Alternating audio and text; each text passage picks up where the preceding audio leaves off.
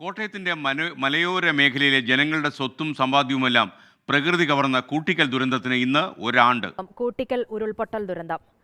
ദുരന്തത്തിന് ഇന്ന് 1 വയസ്സായിരിക്കുകയാണ്. ഒരു വർഷം പിന്നിടുമ്പോഴും ദുരന്തത്തിന്റെ നടുക്കം ഇവരിൽ നിന്നും വിട്ടുമാറിയിട്ടില്ല. കൂട്ടിക്കൽ ദുരന്തം നടന്ന് 1 വർഷമാകാറായിട്ടും ദുരിതബാധിതർക്ക് നഷ്ടപരിഹാര തുക പൂർണ്ണമായും നൽകാതെ സർക്കാർ. ദുരന്തം തകർത്ത ഭൂമിയിലേക്ക് തിരിഞ്ഞു നോക്കാതെ കടുത്ത അനാസ്ഥ തുടരുകയാണ് സർക്കാർ സംവിധാനം. കഴിഞ്ഞ വർഷമുണ്ടായ ഉരുൾപൊട്ടലിൽ കൂട്ടിക്കൽ ഏന്തിയാറിലെ പാലം തകർന്നിട്ട് 1 വർഷമാകുമ്പോഴും പുനർനിർമ്മാണം എങ്ങും എത്തിയിട്ടില്ല. ഉറ്റവരെയും ഉടയവരെയും നഷ്ടപ്പെട്ടവരടക്കം ജീവിതം തിരിച്ചുപിടിക്കാനാകാതെ നിരവധി പേർ ഇവിടെ പകച്ചു നിൽപ്പുണ്ട്.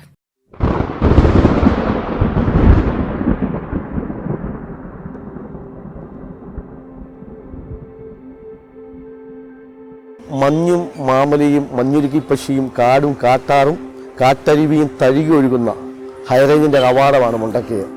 റബ്ബർ മേഖലയാണ്. ഇവിടെ ഏറ്റവും കൂടുതൽ തൊഴിലാളികൾ റബ്ബർ എസ്റ്റേറ്റുകളിൽ പണിയെടുക്കുന്നവരാണ്. ശാന്തസുന്ദരമായ എല്ലാവരെയും ഒത്തൊരുമിച്ച് താമസിക്കുന്ന ഏകോദര സഹോദരങ്ങളെപ്പോലെ താമസിക്കുന്ന ഒരു നല്ല ശാന്തമായ സ്ഥലമാണ്. എൻ്റെ 2ാം നില വരെ വെള്ളം കയറിയായിരുന്നു. എൻ്റെ ഓർമ്മയിൽ ആദ്യമായിട്ടാണ് ആ 2ാം നിലയിൽ വരെ വെള്ളം കയറി. ഈ വീട്ടിലെ ഒരു സുഖമില്ലാത്ത കുഞ്ഞുണ്ട്, അവളെ കാണാൻ വേണ്ടി ഞങ്ങളിങ്ങനെ വന്ന് നിൽക്കുന്നതിന് ഇങ്ങനെ ഇട്ടിരുന്നത്. ഇതിൻ്റെ അകത്തൂടെ കയറി വീടിൻ്റെ പുറകിൽ ചെന്നാണ്, അതുവഴിയാണ് ഞങ്ങൾ രക്ഷപ്പെട്ട് പള്ളിയുടെ മണ്ടയിലോട്ട് കയറി വരും. പച്ചക്കറി സാധനങ്ങളെല്ലാം നഷ്ടപ്പെട്ടു, വീട്ടിൽ വെള്ളം കയറി, വീടെല്ലാം പോയി, ഒന്നും സഹായമൊന്നും കിട്ടിയിട്ടില്ല. ഈ പരിസര പ്രദേശങ്ങൾ മണിമലയാറിൻ്റെ തീരത്ത് ഇപ്പോൾ പുതുതായിട്ട് ധാരാളം പാറമടകൾ, പ്രകൃതി ചൂഷണങ്ങൾ ഒക്കെ നടന്നിട്ടുണ്ട്. ഏറ്റവും സമൃദ്ധമായി ഒഴുകിക്കൊണ്ടിരുന്ന ഒരു നദിയാണ് ഈ മണിമലയാർ എന്ന് പറയുന്നത്. അതിപ്പം നമുക്ക് കാണാവുന്ന പോലെ ഇതിൻ്റെ ചെവിടുഭാഗം നമുക്ക് കാണാം. കടകളിലെല്ലാം വെള്ളം കയറി, വീടുകളിലെല്ലാം വന്ന് ഈ ഭാഗത്തെ എല്ലാ സ്ഥലങ്ങളിലും വീടുകളിലെല്ലാം നല്ല പോയി. ഇവിടങ്ങളെല്ലാം ഭയങ്കര നഷ്ടം. ഇപ്പം ആരും പ്രതീക്ഷിച്ചില്ല, ആദ്യമായിട്ടാണ് ഇതുപോലൊരു വെള്ളപ്പൊക്കം ഇവിടെ ഉണ്ടാകുന്നത്. മൂടിപ്പോയി. അതിന് ശേഷം പണിതാണ് ഇത് മുഴുവൻ ഈ കാണുന്നതെല്ലാം. എൻ്റെ 2ാം നില വരെ വെള്ളം കയറിയായിരുന്നു. 1000 ദിവസം കൊണ്ട് നമുക്ക് യാതൊരു മെമ്മറി ഇല്ലായിരുന്നു. കാണുന്നില്ല, അതുപോലെ വെള്ളത്തിൽ മുങ്ങിപ്പോയില്ലായിരുന്നു. അച്ഛനെ ആക്കി എടുത്ത് നമ്മൾ ഓടുമായിരുന്നു. എടുത്തുകൊണ്ട് വെള്ളത്തിന് നടക്കാതെ കിടക്കുന്ന മനുഷ്യൻ എടുത്ത് ഓടുമായിരുന്നു. അന്നേരത്തേക്ക് വീട് മൊത്തം പൊടിപ്പോയി. ഇനി ഒന്നും പറയാൻ പറ്റും. മൊത്തം പ്രളയത്തിൻ്റെ കളിയായിരുന്നു. ഈ റോഡിലൊക്കെ 10 അടി വെള്ളമായിരുന്നു. പിന്നെ വെള്ളാശുണ്ട്. ദിവസം എന്ന് പറഞ്ഞാൽ അന്നേരം വെള്ളം തുറന്നിരിക്കുന്ന കടയാണ്. 10 മണിയോടുകൂടി 10 അടിയോടുകൂടി വെള്ളം കയറാൻ തുടങ്ങി. അന്നേരത്തേക്ക് ഷട്ടർ അടച്ചിട്ടു. എങ്കിലും വെള്ളം അതിന് നമുക്ക് കവർക്ക് പറഞ്ഞ് ഈ പ്രദേശങ്ങൾ മുഴുവനും കണ്ണൂരക്കടം വരെ ഏതാണ്ട് 3/4 ഭാഗം വരെ. 2021 ഒക്ടോബർ 17 എന്നത്തെയും പോലെയുള്ള പ്രഭാതം. മഴ നന്നായി പെയ്യുന്നുണ്ട്. ചിലർ അടുക്കളയിൽ പണിയിൽ മുഴുകിയപ്പോൾ മറ്റു ചിലർ പണിക്ക് പോകാനുള്ള തയ്യാറെടുപ്പിലായിരുന്നു. അപ്രതീക്ഷിതമായി കടന്നു വന്ന വെള്ളം വീടുകൾ പൂർണ്ണമായി തകർത്തു.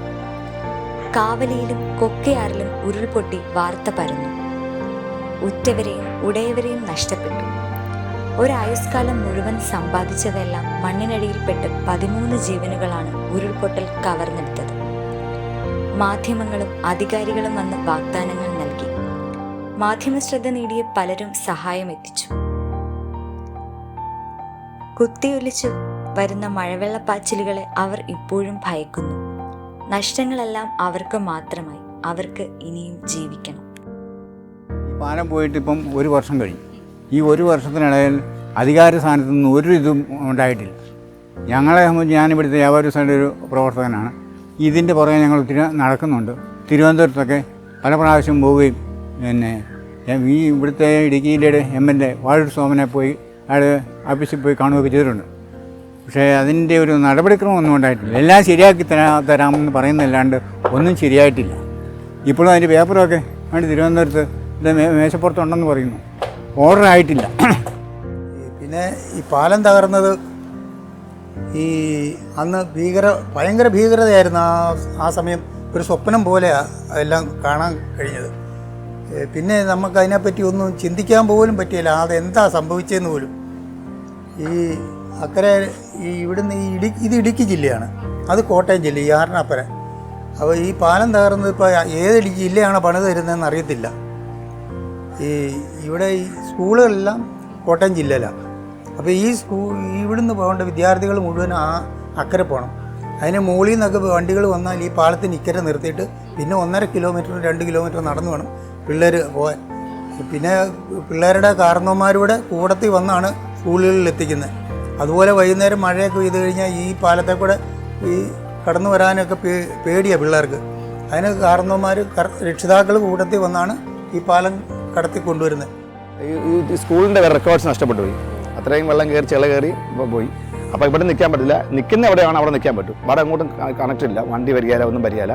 പിന്നെ ഈ കുട്ടിക്ക് ടൗണിൽ വെള്ളം കയറാത്തതാണ്. ഈ പ്രദേശത്തെ ടൗണാണ്, ടൗണിൽ വന്ന് വെള്ളം കയറാത്തതാണ്.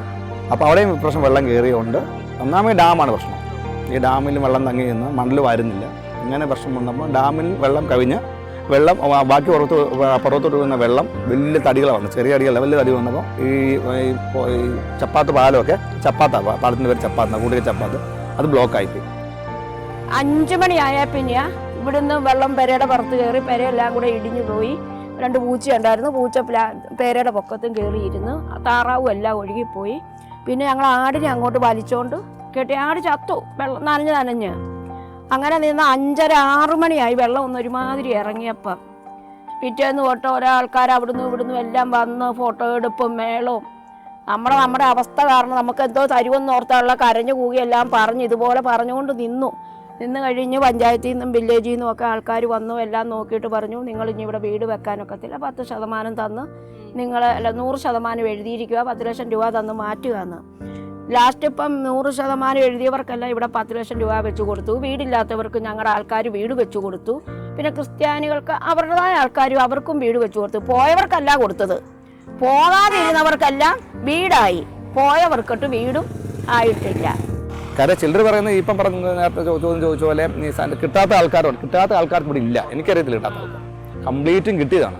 പിന്നെ ഇപ്പം ഇവിടെ ഈ ഏത് വീടുകൾ ചോദിച്ചു, ഈ വീട്ടിലൊക്കെ നിങ്ങൾക്ക് അറിയാൻ പറ്റും. ഇവർക്ക് പോയതിനെക്കാട്ടിലും ഉള്ള സാധന സാമഗ്രികൾ അവർക്ക് എത്തിയിട്ടുണ്ട്. അത് ആദ്യ സംഘടന ഇപ്പോൾ ഗവൺമെൻറ്റും എല്ലാ മിക്ക വീട്ടിലും 1,40,000 അടക്കമുള്ള തുകകൾ വിതരണം ചെയ്തിട്ടുമുണ്ട്. ഏന്തായാലും ടൗണിൽ നിന്നുള്ള പാലം അത് ഒലിച്ചു പോയിട്ട് ഒരു തീരുമാനം ഈ സർക്കാരിൻ്റെ ഭാഗത്ത് ഉണ്ടായിട്ടില്ല. ഇവിടെ നാട്ടിലെ മണലെല്ലാം വാരിക്കൊണ്ട് കൂട്ടിയിട്ടുണ്ട്, ഗ്രൗണ്ടുകളെല്ലാം കൂട്ടിയിട്ടുണ്ട്. അതിൻ്റെ പൈസ മുടക്കി പോലും ചെയ്യാനായിട്ട് ഇതുവരെയായിട്ടൊരു തീരുമാനം ഉണ്ടായിട്ടില്ല. അതുകൊണ്ട് ഈ സർക്കാരിനെ സംബന്ധിച്ച് നടപടി ഉണ്ടാകുന്ന കേസല്ല, ഉണ്ടാകത്തുമില്ല. ഞങ്ങൾ 6 കിലോമീറ്റർ റൗണ്ട് കറങ്ങിയാണ് കോട്ടയം ഇക്കരെ ടൗണിൽ വരുന്നത്, നേരെ ഇക്കരയിലോട്ട് കറണ്ട വഴി.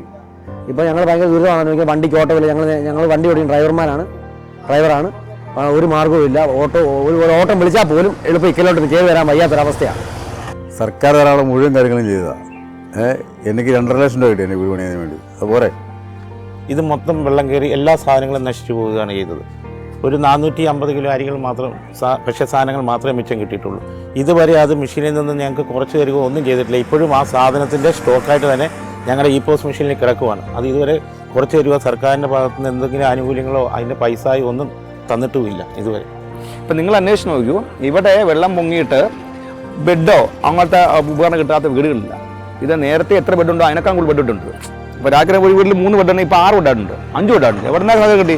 ബെഡ് മാത്രമല്ല, ബെഡ് അതുപോലെ തന്നെ വീട്ടിൽ കസേരകൾ, അതുപോലെ തന്നെ വീട്ടിലെ സാധന മുഴുവൻ ഐറ്റങ്ങളും, ഗ്യാസ് അടുപ്പ് ഉൾപ്പെടെ മുഴുവൻ ആൾക്കാരും ചെയ്തു കൊടുത്തു. നഷ്ടപരിഹാരം ഏകദേശം 402ഓളം പേർക്ക് കൂട്ടിക്കൽ ഗ്രാമപഞ്ചായത്തിൽ പഞ്ചായത്ത് പരിധിയിൽ താമസിക്കുന്ന 402ഓളം പേർക്ക് സർക്കാരിൻ്റെ ധനസഹായം കിട്ടിക്കഴിഞ്ഞു. അത് ഏറ്റക്കുറച്ചിലുകളില്ലാതെ 3 ലക്ഷം രൂപ വരെ കിട്ടുകയും വീടും സ്ഥലവും പോയി വീടുണ്ടായിട്ട് സ്ഥലം നിലനിൽക്കുന്ന ആൾക്കാർക്ക്, വീട് പോയ ആൾക്കാർക്ക് 4 ലക്ഷം രൂപയും, അതുപോലെ ശതമാനക്കണക്കിൽ ഉള്ള 3 ലക്ഷം രൂപ വരെയുള്ള നഷ്ടപരിഹാരം എല്ലാവരുടെയും ബാങ്ക് അക്കൗണ്ടിൽ എത്തി അവരെല്ലാം വീടുകളൊക്കെ ഒരു പരിധിവരെ നവീകരിച്ച് താമസം തുടങ്ങി മുമ്പോട്ട് പോകുന്ന കാര്യം നമുക്കെല്ലാം അന്വേഷിച്ചാൽ ഓരോ ഭവനങ്ങളിലും ഇത്തരത്തിൽ നഷ്ടം സംഭവിച്ച ഭവനങ്ങളിൽ ചെന്നാൽ നമുക്ക് കാണാൻ പറ്റും. ചുരുക്കം ചില ഒരു കേസുകളുണ്ട് ആ നഷ്ടപരിഹാരം കിട്ടാതെ. അത് സാങ്കേതിക പ്രശ്നങ്ങൾ മാത്രമാണ്. ചിലരുടെയൊക്കെ ബാങ്ക് അക്കൗണ്ട് തെറ്റിയതിൻ്റെയും ബാങ്ക് അക്കൗണ്ട് ക്ലിയർ ആകാത്തതിൻ്റെ ഭാഗമായിട്ടാണ് ചുരുക്കം ചില ആൾക്കാർക്ക് നഷ്ടപരിഹാരം ഇനി നമുക്ക് കിട്ടാനുള്ളത്. അതിൽ കൂട്ടിക്കൽ ജില്ലയിലെ ഏറ്റവും കൂടുതൽ ദുരന്തമുണ്ടാവുകയും ഒരു വീട്ടിലെ 6 പേര് സഹിതം വേറെ 6 പേരും കൂടെ കൂടി 12 പേര് മരണപ്പെട്ടു. ഈ 12 പേരിൽ 6 പേരുടെ ഒരു കുടുംബത്തിലുള്ള മാർട്ടിന്, അമ്മ ക്ലാരമ്മ, സിനി, സാന്ദ്ര, സ്മൃതി അങ്ങനെയുള്ള ആ വീട്ടുകളുടെ ഒഴിച്ച് ബാക്കിയുള്ള 6 കുടുംബങ്ങൾക്കും ഗവൺമെൻറ്റിൻ്റെ 5 ലക്ഷം രൂപ പ്രകാരമുള്ള നഷ്ടപരിഹാരം അവർക്ക് 6 പേർക്കും കൊടുത്തു. അതുപോലെ വീട് പോയ ആൾക്കാരും സ്ഥലം പോയ ആൾക്കാർക്കും സ്ഥലം മേടിക്കുവാനുള്ള പൈസയും ഗവൺമെൻറ് അനുവദിച്ചു. വീട് പണിയുവാനുള്ള ആ ശ്രമങ്ങളും നടന്നുകൊണ്ടിരിക്കുകയാണ്. കേരളത്തിൽ നിന്നല്ല, കേരളത്തിന് വെളിയിൽ നിന്ന് പോലും കൂട്ടിക്കൽ പ്രദേശം ലക്ഷ്യമാക്കി അനവധി സഹായങ്ങൾ കൂട്ടിക്കൽ പ്രദേശത്തുണ്ടായി. 5 ക്യാമ്പുകളിലായി ആയിരക്കണക്കിന് ആൾക്കാർ ക്യാമ്പുകളിൽ വാസമുണ്ടായിരുന്നു.